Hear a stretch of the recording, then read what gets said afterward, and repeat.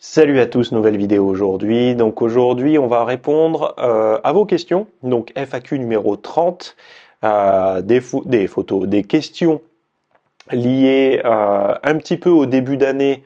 Mais bon, en fait, c'est des questions qui marchent aussi bien à tous les moments de l'année par rapport au fitness, diététique, etc.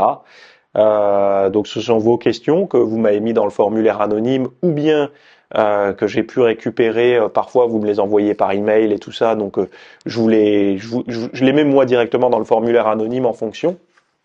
Et donc voilà, donc on va voir un petit peu. Bon, je ne sais pas si je vous ai souhaité la bonne année, mais bonne année à toutes et à tous déjà, même si les vidéos sont un peu en décalé parce que parfois je prends de l'avance.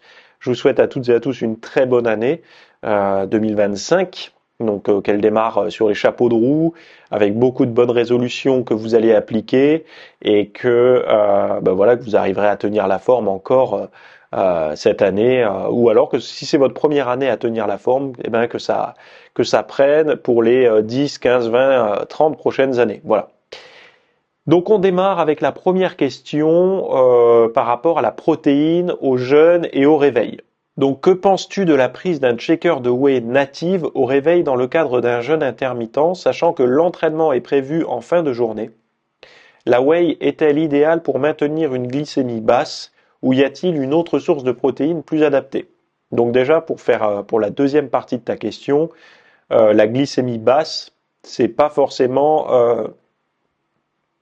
en fait, la whey protéine a tendance à être hypoglycémiante. Pourquoi? Parce qu'elle fait monter l'insuline, pas la glycémie, mais l'insuline. Et donc, si l'insuline monte, eh ben, le glucose qui circule dans ton sang va être absorbé par les cellules.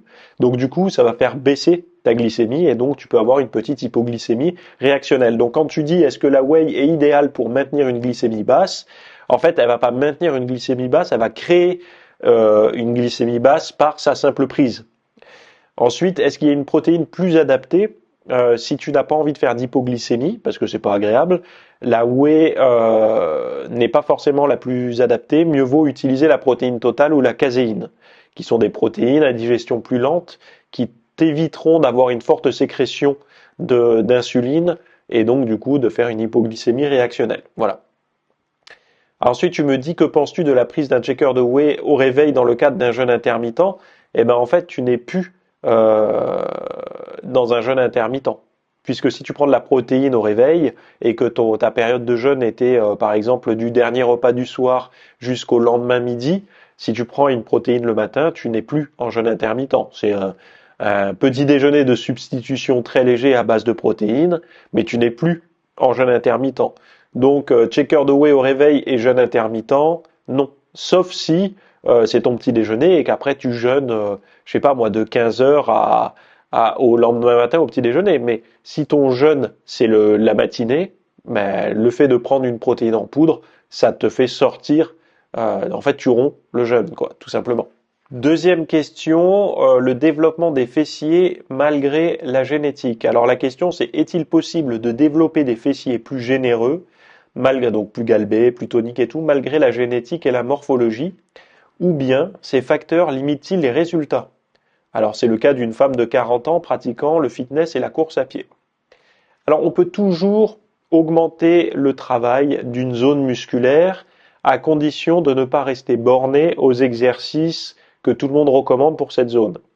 Par exemple, pour les fessiers, tu vas entendre des gens qui vont te dire faut faire du squat, parfois du soulevé de terre, parfois du hip thrust, etc. La clé pour développer un muscle récalcitrant, c'est de se concentrer uniquement sur les exercices qui te donnent des résultats immédiats. Quand je dis des résultats immédiats, ça veut dire que tu sens brûler la zone et tu sens congestionner la zone. C'est-à-dire que tu la sens brûler durant l'exercice. Donc par exemple les fessiers, quand tu fais un exercice de fessier, il faut que tu sens. Merci d'avoir suivi ce rapide extrait. Donc dans la version longue de cette FAQ, on va parler de faut-il s'entraîner après un sommeil insuffisant. On va parler de vie sociale et pratique intensive de la muscu, comment gérer par exemple si vous êtes en couple avec quelqu'un et que vous vous entraînez, que ça crée des conflits et tout. De comment choisir une station de poulie vis-à-vis adaptée à ses besoins. De quel exercice privilégier pour renforcer un point faible en full body, de savoir si les pecs sont-ils surcotés ou non.